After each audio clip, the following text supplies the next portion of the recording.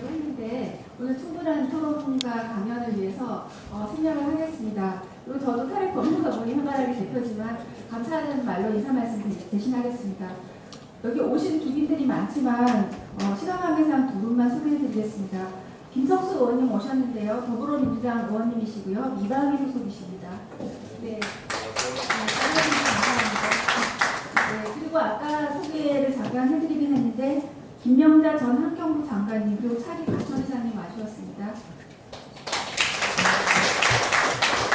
그리고 무엇보다도 이 자리를 가득 메워주시고 자료집이 모자라는 사태를 발생하게 해준 여러분들께 진심으로 감사드립니다.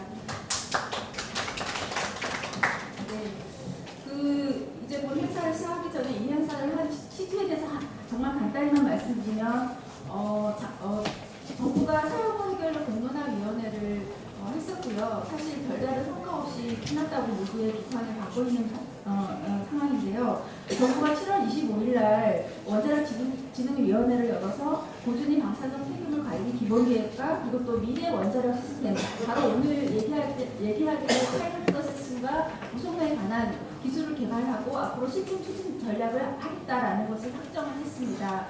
그리고 바로 이어서 아까 우리 신 의원님께서 말씀하신 대로 최근에 그 고준위 방사성 폐기물 관리 절차에 관한 법안을 입법 예고한 상태입니다. 사용 해결료 문제, 최종 처분 문제 그리고 어떻게 처분할 것인가에 대해서 정말 제대로 된 논의는 없었고 민주주의는 거기에 없었습니다. 그래서 오늘 토론회와 강연회를 계기로 앞으로 원자력계와 또 이 부분에 대해서 반대하는 국민들의 여론을 충분히 반영해서 보다 민주적이고 성숙된 논의가 이어나가길 바라는 마음에서 오늘 행사를 준비했습니다. 그러면 강연을 해주실 강정민 박사님을 소개하겠습니다. 여기 나오시죠. 강정민 박사님은 서울대 원자력공학과를 졸업하시고 동경대학에서 박사학위를 하셨습니다. 그리고 미국의 그 최대 에너지 환경 싱크탱크인 NRDC에서 원자력 분과 연구위원을 하고 계십니다. 오늘 강의를 부탁드리겠습니다.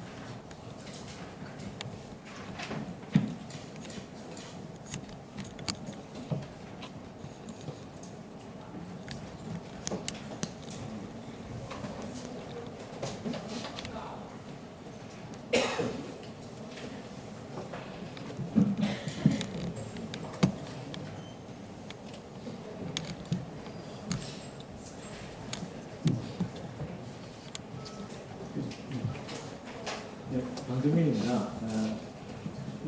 다들 바쁘신 가운데서도 이렇게 많은 분들이 오시고 또 이렇게 또 귀중한 시간을 내어주신 국회의원 여러분께 감사드립니다. 이런 자리에서 이런 발표를 할 수 있게 돼서 굉장히 영광으로 생각합니다. 저는 이 사용 해결료 관리, 특히 이제 그 관리의 어떤 솔루션이라고 이제 주장되어지는 파일럿 시스템과 고속로가 대표적인가 에 대한 여기에 대해서 기술적인 측면에서 발표를 드리겠습니다. 그리고 한 가지 말씀드리고 싶은 것은 제가 이 발표한 내용에 대해서 어떤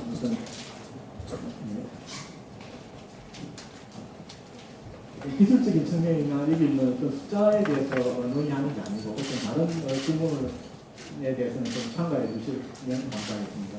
제가 왜 이런 말씀을 드리냐면 제가 2005년에 이 바이러 프로세싱 과정이 해박한 위험이 있다라고 하는 기술 연구 논문을 제가 미국에 있는 프린스턴 대학의 프랭크 반 히벨 교수님과 같이 발표를 한 적이 있습니다. 그리고 나서 이제 몇 년 뒤에 우리나라에 아주 유명한 미국 끝난 교수님께서 저한테 강박사 왜 그런 논문을 썼어라고 하는 얘기를 했습니다. 그래서 저는 그때 제 논문에 어떤 내용이 잘못되었습니까? 라고 얘기를 했는데 그분은 그런 거에 대한 질문이라기보다는 왜 썼냐라고 하는 얘기를 했습니다. 저는 앞으로 그런 식의 질문을 하시는 분에 대해서는 대답을 하지 않을 예정이니 제가 발표하는 내용에 대해서 기술적인 문제에 대해서만 질문해 주시기 바랍니다. 그리고 제가 이 파이로 프로세싱과 고속노에 대한 걸 시작하면은 제가 94년도에 이제 일본 동경대학에서 유학을 하면서 처음 1년간은 일본 전력중앙연구소 크리에이티라고 하는 곳에서 1년간 연구 기술을 했습니다. 일주일에 4일씩 하는데요. 거기서 이제 이 파이로 프로세싱과 고속노를 제가 처음 들었습니다. 한국에서는 원자력 연구소에서 경수로 심수교를 했었는데요. 그래서 전혀 새로운 어떤 고속노 냉각제를 이제 액체 나트륨을 쓰는 고속노라는 연구를 하는 건 굉장히 재미있었습니다. 왜냐하면 새로운 연구를 하는 입장에서 보면 연구원 입장에서 보면 아주 이게 신연구고 아주 뭔가 굉장할 것 같은 그런 테마였거든요. 그러면서 2년 차에 제가 일본에 이제 실험 고속노가 있는 실험 고속노 요요가 있는 일본 오하라에서 1년간 또 이 고속노에 대해서 연구 실습을 했습니다. 아주 빠졌죠. 저는 1년간. 근데 연구를 하면 할수록 이게 할 수 이상한데 모든 분들이고 왜 문제가 많고 하는 게 점점 알게 되면서 그러면서 이제 미국이 왜 90년대 중반에 이 파이로 프로세싱과 고속노에 대한 연구를 중단하는가 하는 것에 대한 동감을 하게 됐습니다. 근데 그런 연구 결과가 한국에 와서 90년대 죽은 미국의 연구 결과가 한국에 와서 다시 되살아나고 마치 좀비 같은 그런 현상을 보고 나서 제가 이제 이거는 어떤 연구원 규모의 어떤 연구소 규모의 조그만하게 R&D를 하는 거는 이래를 위해서 괜찮겠지만 이게 확실히 실현될 것처럼 그리고 실현되면 평창할 것처럼 얘기하는 거는 이건 보도당한 거다, 잘못된 거다 그런 얘기를 가끔 치겠습니다. 사실 오늘 이렇게 공식적으로 발표하는 거는 처음입니다. 그런 영광스러운 자리죠.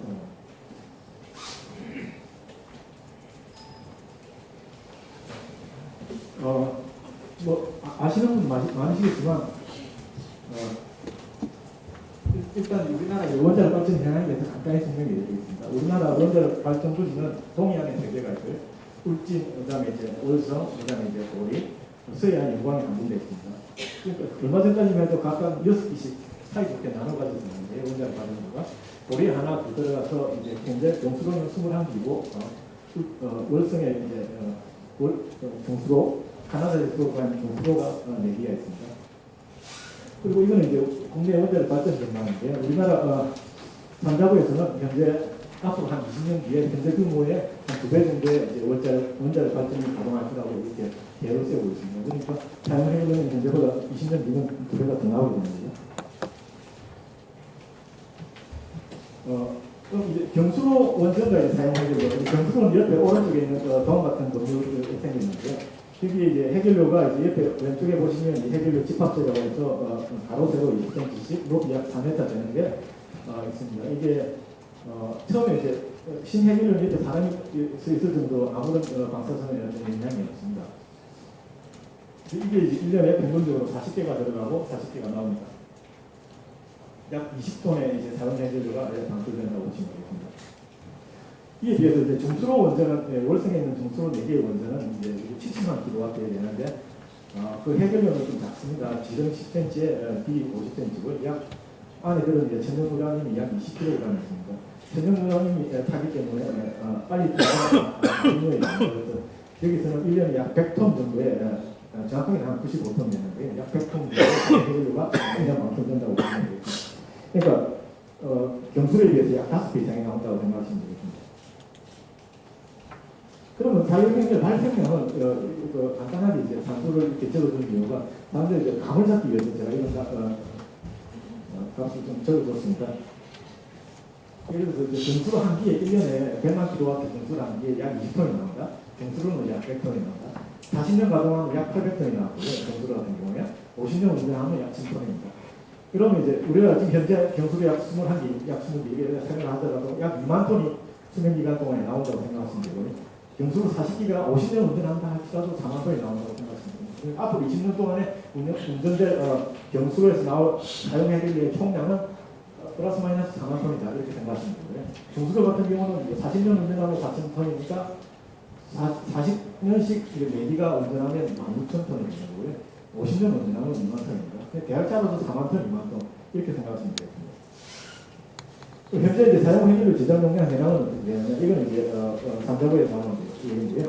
이거는 서로 이제 밀집 저장을 하고 손에서 이동을 하다 보면 그래도 이제 제일 막히는 게 2024년 이제 한 PC 아파가 되고 그다음에 2월선 같은 경우는 2019년부터 아파가 됩니다. 여기에 대해서 이제 오염자께서 그럼 이 사용해 제작 용량 구조 문제를 어떻게 해결하면 좋겠느냐, 이거 어떻게 마지막에 이제 처분하면 좋겠느냐 하는 대안으로서 나오는 게 캐리어에서 이제 발효 프로세싱이 볼륨을 절감함으로써 이 문제를 해결할 수 있고 최종적 문제도 해결해 줄 수 있다 이런 식으로 이제 얘기를 하고 있습니다. 자, 그게 이제 다음은 그럼 사용 해결은 왜 위험하냐? 여기 대해서 사용 해결을 다들 위험하다고 생각하는데 이게 왜 위험한지를 갖다 제가 얘기를 잘 하지 않는 거예요. 제가 오늘 보여드린 이 얘기는 이미 처음으로 하는 얘기입니다. 제가 지금까지 어떤 발표 자료에서도 이런 얘기를 본 적이 없어요. 그러나 사용 해결 속에서는 타고나는 사용 해결 속에서는 우라늄이 이제 핵분열한 고독성 물질들이 있는데 그 중에서 특히 이 세슘, 핵종 중에 세슘 137이 아주 문제입니다. 이게 왜 문제냐면 체르노빌 사고에서 3분의 2 이상의 방사능 피폭을 끼치게 이 세슘 137입니다. 세슘 137량이 체르노빌 때 나와서 이제 약 10,000 입방킬로미터를 오염시켰죠. 그게 나온 총량이 약 200만 큐리입니다. 200만 큐리의 세슘이 나와가지고 체르노빌을 일으킨 거죠. 세슘은 어느 정도 양이면 이렇게 비난을 해야 되냐면 제곱킬로미터당 약 15큐리 또는 20큐리 정도 되면 그 속에서 사람이 한 1년 살면 암에 걸리니까 다 달지 말고 말아라. 그래서 이렇게 비난을 하게 됩니다. 근데 재밌는 게 이 사용해결 1톤 속에는 최소 10만 큐리의 세슘이 포함되어 있잖아요. 그러면 아까 말씀드린 20톤 사용 해결료가 방출되는데 그럼 정확히 20톤 사용 해결료 속에는 체르노빌에서 방출된 200만 큐리의 세슘이 포함되어 있잖아요. 그만큼 사용 해결료는 안전까지가 중요합니다. 그리고 한 가지 더불어 말씀드리면 자, 체르노빌이 30년이 지났는데 그럼 이제 방사선 문제 해결에 걱정하지 않아도 되는 거 아니냐라고 생각하실 수 있습니다. 하지만 세슘의 반감기는 30년입니다. 30년이 지났기 때문에 절반이 남아있는 거죠. 지금 현재도 체르노빌 주변에서는 100만 큐리의 세슘이 주변을 오염시키고 있습니다. 자, 그럼 한국 원자력 연구원에서 이 파이브 프로세싱을 어떻게 얘기하고 있느냐? 이 고온 용융용을 전기화학적 방법으로 사용해서 처리를 해서 우라늄이나 플루토늄 등 유용한 핵물질을 분리해내는 기술이다. 그래서 뭐 어떻게 하냐면 수소 플루토늄을 분리 못하니까 핵무기 제조에 전용될 수 없다. 그 다음에 해수한 핵물질은 보송내에서 100% 안전하게 안전된 원소로 변환한다. 그런 것이 전기 생산한다. 그리고 처리 과정에서 재발생하는 폐기물을 대부분 재생 순환한다. 라고 하게 됩니다. 정말 환상적인 일이죠. 그 다음에 미래 원자력 시스템, 미래 원자력 시스템이라고 하는데요. 저는 왜 미래 원자력 시스템이 바이오 고성도 연계 시스템을 미래 원자력 시스템이라고 하니까 전혀 몰랐습니다. 그런데 이제 이게 데피니션이 있습니다. 미래 원자력 시스템이란 바이오 고성도 연계 시스템이다. 저는 우스갯 소리로 공중모미사에 나시면 이 가스분을 고급타월이라고 그러죠. 그래서 왜 고급타월입니까? 고민했는데 그냥 그거예요. 고급타월이라고 얘기하면 고급타월. 그래서 이게 뭐냐? 이게 그리고 이제 분리된 핵물질을 고속도에서 반복적으로 연속시키면 나머지 이제 세슘 그런 걸 재동 처분한다는 거죠. 그렇게 해서 이제 1000분의 1의 독성을 줄이고 연소를 100분의 1로 축소시키기 때문에 진짜냐고 그렇게 과연 어떻게 해서 그렇게 되는지. 지금 연계시된 도시설을 보면 이제 경수 사용 해결력을 이제 이게 보면 이제 플루토늄이나 초우라늄 원소가 1.12% 있는데 그거하고 이제 그리고 핵분열 생성 물질이나 한 4~5% 되는 나머지 물질을 이제 분리시켜서 그 초라는 원소 핵종을 이제 바이오프로세싱해서 해결력으로 만들어서 이건 특수한 해결력입니다. 이건 보성로를 위한 특수한 해결력을 만들고요. 그래서 현재 우리나라에는 이 보성로라는 걸 갖다가 새로 지어서 만들어서 또 태웁니다. 태우고 나면 다시 또 사용 보성로 해결료가 나오는데 사용 해결료 보성로 해결료는 이 바이오프로세싱 경수로 사용 해결료가 나와서 또 다른 공장에서 이 바이오를 해야 됩니다. 그리고 거기서 나온 폐기물들을 다 모아서 다시 이제 처분하게 됩니다. 근데 자, 이게 이제 불편한 지식이 이제 나오는데, 원래 세슘과 스크런튬, 이게 아까 얘기한 세슘이 아주 독한 거고, 스크런튬은 아주 관리를 많이 한 여러 개인데, 원래 사용 해결수에 포함되어 있습니다. 그래서 포함되어 있어서, 미국 같은 경우는 이제 중간 재단을 하다가, 그러니까 지하 신청 처분하는 걸 이렇게, 계획입니다. 근데 처분장 면적을 줄이기 위해서, 요거만 세슘과 스크런튬만 따로, 여기 보시면 따로 분리해야 됩니다. 여기 밑에 보시면 세슘종해가 따로 분리하죠. 따로 분리해가지고 지상에서 200~300년간 따로 저장합니다. 그런 다음에 지하 처분하게 되겠습니다. 이 세슘 스크런튬은 고속에서 태워서 없어지는 것도 아닙니다. 그래서 이걸 따로 저장해서 하는 거죠. 그러면 이렇게 하면 이제 처분장 면적을 줄인다는 겁니다. 그런데 그렇게 하면 결과적으로 오히려 방사능 줄우림이 아주 고용이 된다는 거죠. 예를 들어서 세슘과 스크런튬을 100% 포집해서 지상에서 안전하게 200~300년간을 안전하게 보관해서 그 다음에 이제 나중에 이제 지층 처분한다는데 거기에서 이제 방사능 줄우림이 되고요. 두 번째는 뭐냐면 그 파이로를 처리하는 과정 중에서 세슘 스크런튬만 나오는 게 아닙니다. 이 기체성 방사능 폐기물이 나오고요. 아이단, 비논, 여러 가지 기체성 방사능 폐기물이 나오는데 이건 또 따로 포집해야 됩니다. 따로 포집해가지고 잘 안전하게 또 지상에서 보관하다가 이런 물질은 또 이게 경주 처분장에서 처분도 할 수 없는 겁니다. 보관하고 있다가 또 처분해야 돼요. 또 용융용 폐기물 속에 또 방사능 물질이 아주 다양하게 있습니다. 이런 놈들도 100% 포집해가지고 안전 보관은 지층 처분해야죠. 더군다나 이 파이로는 사용해결 주간 재량에 비해서 최소 10배 이상 됩니다. 또 게다가 경수로 아까 월성 경수로 사용하게 되면 아까 16,000톤, 2만 톤이 나오는 거겠죠. 이건 파이로는 안 합니다. 왜 안 하느냐면 이 발진량이 적기 때문에 기본적으로 파이로를 하면 경제성이 더 안 맞는 게 더 안 맞게 되겠죠. 그래서 이거는 그냥 가지고 있다가 이제 최종 처분장에 들어가게 그렇다면 세슘 스크런튬을 사용 해결해서 분리하는 게 이 포집한 방사능 물질을 지상에서 200~300년 보관하는 것보다 사용 해결 자체를 그만한 기간만큼 보관하면 그러고 나서 처분하는 게 안전하지 않나요? 어차피 사용 해결이 1년 되는 게 나와서 100년 후면 3%까지 관리량은 줄어듭니다. 관리량이 줄어든다는 건 뭐냐면 많은 양의 사용 해결을 집중할 수 있다는 거예요. 저는 200~300년간 사용 해결을 지상에 보관하라는 얘기는 아닙니다. 단지 이제 같이 비교를 한다면 그렇게 된다는 거죠. 그 다음에 파이로 고성의 불편한 점이 하나 들어가면 방사능 독성을 초당 핵물질 태워서는 10배 이상 줄이면 어떻게 해야 되느냐?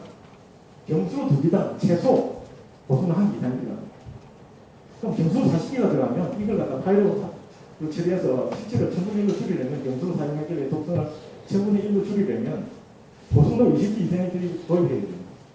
현재 보수로 3용으로 되어 있는 보수는 없습니다. 일본과 미국, 프랑스 조사도 2050년 이후로 보고 있고요. 그 다음에 그렇게 해결료를 만들어서 마치 이렇게 보수를 태우면 그 초라는 핵종들이 물질들이 다 없어지나? 아닙니다. 다 없어지지 않습니다. 왜냐하면 한꺼번에 많은 양을 갖다 해결료를 초라한 물질들을 넣을 수 없기 때문에 어느 정도 넣고 그리고 나머지는 다시 우라늄 해결료를 만듭니다. 그다음에 보수를 태우면 우라늄에서 다시 초라한 물질이 만들어집니다. 타는 것보다 만들어지는 것도 있고 이러니까 결국 한 사이클에서 탈 수 있는 초라한 양은 얼마 안 되는 거죠. 그러니까 그걸 갖다 다시 또 재처리해서 또 뽑아내고 또 태우고 또 뽑아내고 200년 이상을 이렇게 해야 되거든요. 보승도 수명은 40년밖에 안 되거든요. 그래서 보승도가 끝나고 1세대 끝나고 나면 다시 또 2세대, 3세대, 4세대 이렇게 가야 됩니다. 그렇게 해서 뭘 줄이느냐 이거죠. 사용 해결비 독성을 줄인다는 겁니다. 독성은 만년, 10만 년 가면 이미 아주 낮아요. 이미 아주 낮고 정말 미미한 독성입니다. 그 독성의 차이가 외국의 학술 연구 결과에 의하면 인체 섭취 독성에는 차이가 없습니다. 제철이 하나만. 그럼 해독상 위험성은 뭐냐? 해독상 위험성이 있습니다. 제가 2005년에 이 연구 보고서를 썼고, 연구 논문을 썼고, 그리고 2009년에 6개 미국 국립연구소가 똑같은 결론을 내렸습니다. 여기서 말한 6개 국립연구소는 이 파이로 고성로를 처음 시작한 아르곤 내셔널 랩, 그 다음에 지금 한미 원자력 협력, 한미 파이로 공동 연구를 수행하고 있는 아이다호 내셔널 랩을 포함해서 6개 국민 연구가 이미 2009년에 결론을 내렸습니다. 파이로 프로세스는 해박한 가능성이 별로 없다. 그것도 이제 테드 그룹에만 약간 해당됩니다. 왜냐하면 이미 추출한 파이로를 해서 이미 추출한 이 초우라늄 물질은 방사선이 너무 미약해가지고 쉽게 탈취되고 그로부터 플루토늄을 소스 플루토늄을 뽑기는 너무 쉽기 때문입니다. 작은 시점씩 그래서 미국 정부는 현재 파이로를 제철이로 간주하고 있습니다. IAEA도 파이로를 제철이로 간주하고 있습니다. 한국에서만 제철이라고 얘기 안 하고 재활용이라고 해요. 재활용이 뭐냐면 리유즈인데요. 재활용을 하려면 고성도가 따라야 됩니다. 그게 이제 리유즈인데. 근데 파이로가 제철이가 아니라고 얘기하는 건 캐리 입장인데 그건 왜 그렇게 얘기하는지는 모르겠습니다. 자, 그러면 파이로 고성도 관련된 기준 연구 결론은 어떠냐? 제가 아까 말씀드렸듯이 이미 미국에서는 죽었습니다. 죽은 이유가 1996년에 미국 공기과 아카데미에서 600페이지짜리 책을 냅니다. 이 아주 철저한 분석을 통해서요.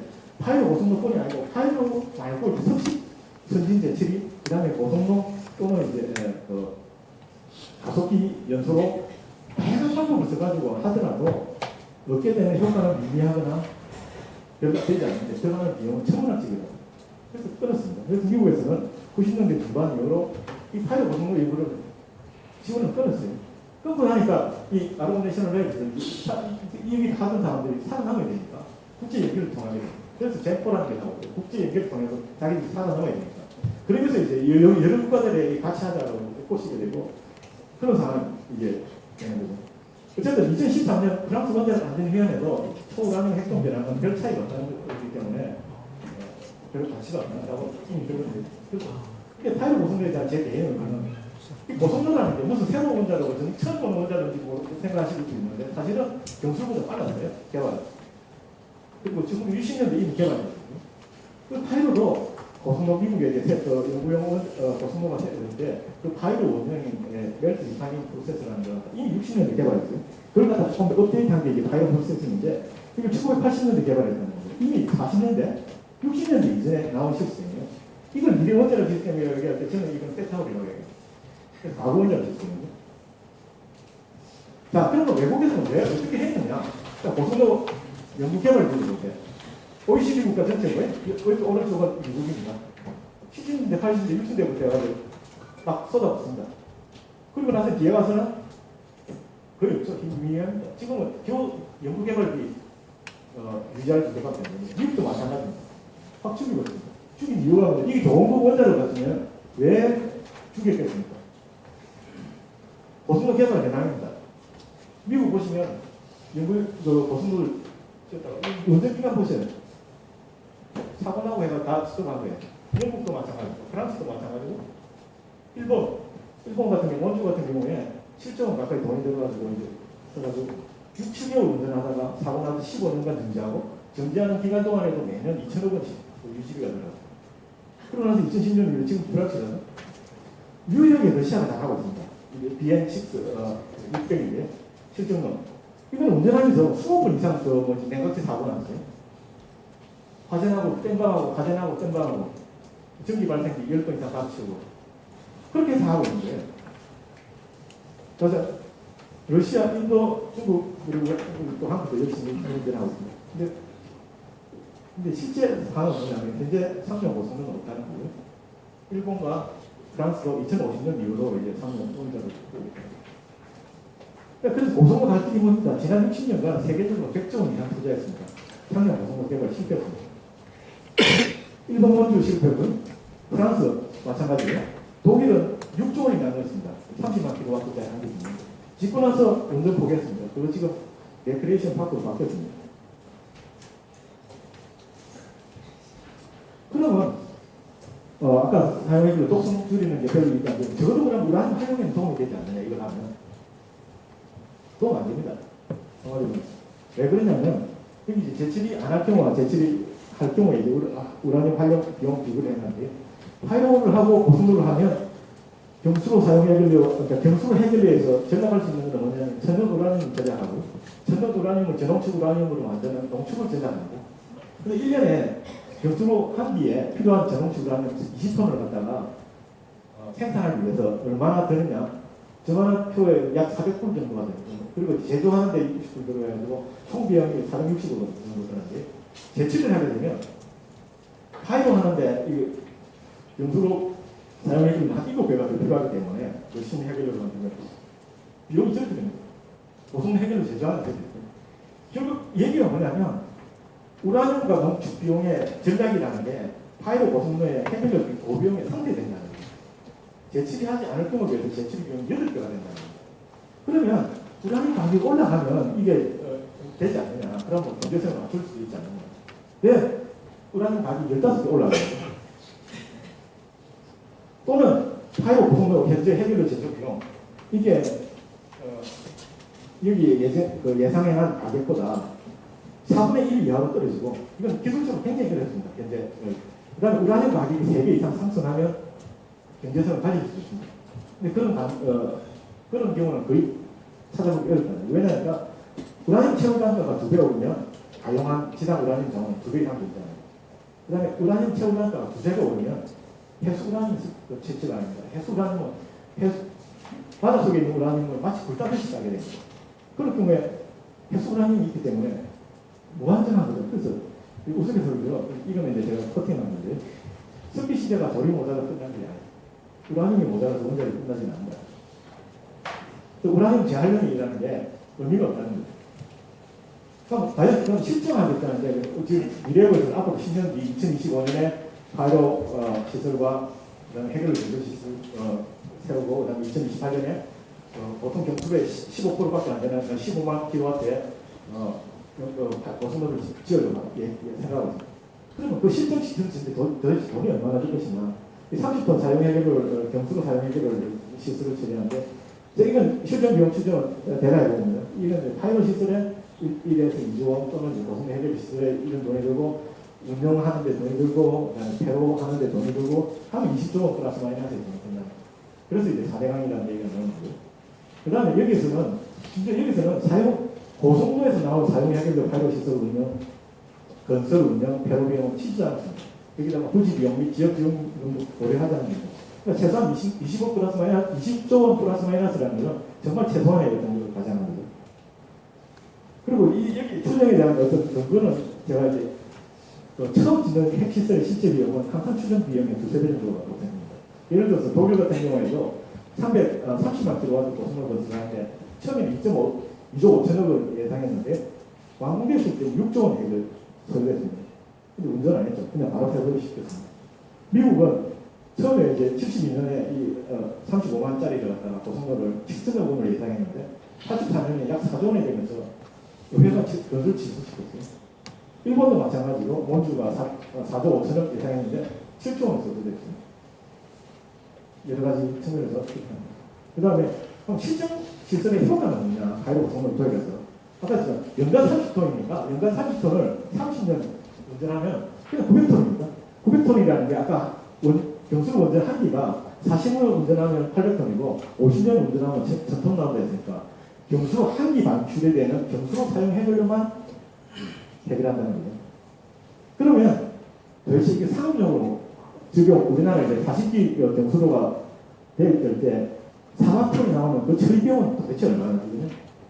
제가 아까 20조 원 플러스 마이너스가 있는데 그냥 20조 원이라 치고 900톤 나오는 거 그냥 1000톤이라고 칠 때 그냥 가볍게 그냥 꼽혀보세요. 800조 원입니다. 경수가 한 기당 2조 원 이상의 부담을 해야 됩니다.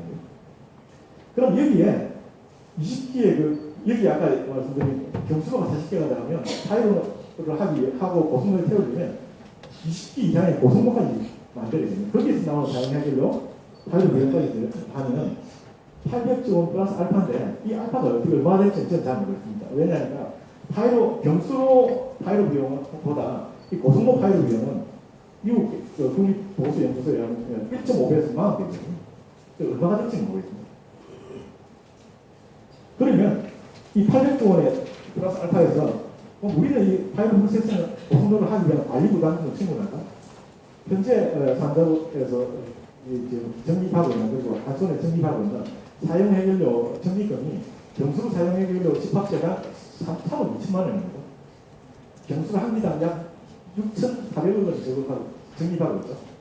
4만 톤을 적립하면 4만 톤에 대해서 약 26조 원이 적립해야 됩니다. 현재 부담하고 있는 동안에.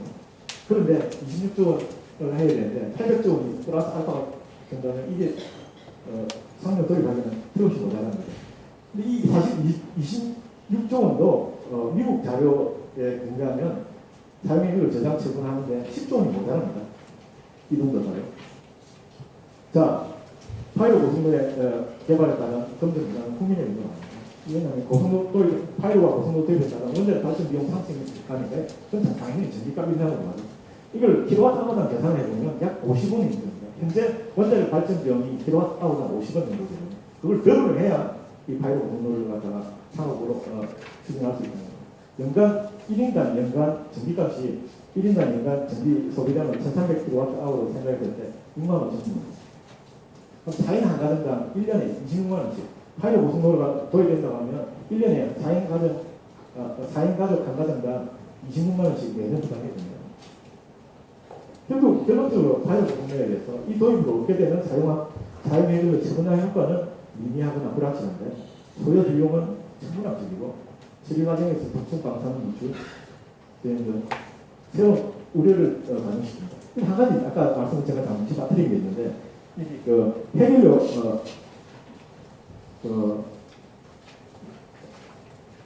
해박산 위험성이기 때문에 오히려 그러면 이걸 도입하면 우리 해결하는데 좋지 않느냐 솔직히 그런 얘기를 하실 겁니다. 하지만 이걸 해가지고 어떻게 빼돌려서 행보장을 하겠다는 생각은 안 하는 게 좋습니다. 왜냐하면 이건 아주 돈이 비싸고 번거롭고 힘든 거리잖아요. 차라리 월성에 있는 중수로 사용 해결을 제철해서 굴돈에 뽑아서 하는 게 제일 심플합니다. 만약에 한국이 그런 경우가 없겠지만 일본이 핵무장을 한다는데 어쩔 수 없이 핵무장을 쫓기게 된다면 그때도 파이로는 필요 없습니다. 왜냐하면 월성에 있는 중수로 사용 해결은 관리량도 적고 낮기 때문에 제철이 오히려 쉽습니다. 그걸 이용해서 차라리 하는 게 낫다는. 그 다음에 그러면 그래서 파이로 무슨 얘기를 이번이 권력허비라고 제가 생각했었는데 더 먹는 하나보다는 이게 좀 그러면 사용해결료 문제 파이로 고성도 아니면 어떻게 대안은 뭐냐? 신지청 저거까지는 사용해결료 기상에서 안전 저장하는 게 제일 중요하다는 거죠. 사용해결료 원자력 방금 방출되는 사용해결료는 1500년은 반드시 저장을 맹랑하게 됩니다. 그런데 이게 안전상의 문제 때문에 절대 밀치 저장을 하게 됩니다. 밀치 저장을 피하고 1500년간은 저장돼서 저장하고 그 다음에 섭식 저장에 대해서 건식 저장이 확실히 안 됩니다. 이 왼쪽에 보이는 것은 이제 후쿠시마 4호기의 저장소의 상황입니다. 보시다시피 위험합니다. 거기에 비해서 후쿠시마에 있던 그 건식 저장소에 들어있던 이 건식 저장소에 안에 들어있던 사용해결료는 멀쩡하답니다. 건식 저장이 안전 문제나 보안 문제에 있어가지고 사용해결료 냉각 시스템 손상이라든지 냉각 손실 등에 대한 우려가 없고 물리적 손상도 우려가 났습니다. 건식 저장이 안전하다는 거죠. 그 다음에 그렇게 오랫동안 어느 정도 시간이 돼서 신지청 처분장에 발견된다면 지하 500m 또는 지하 3, 4km, 5km 속에다가 집어넣는 게 안전하다는 거죠.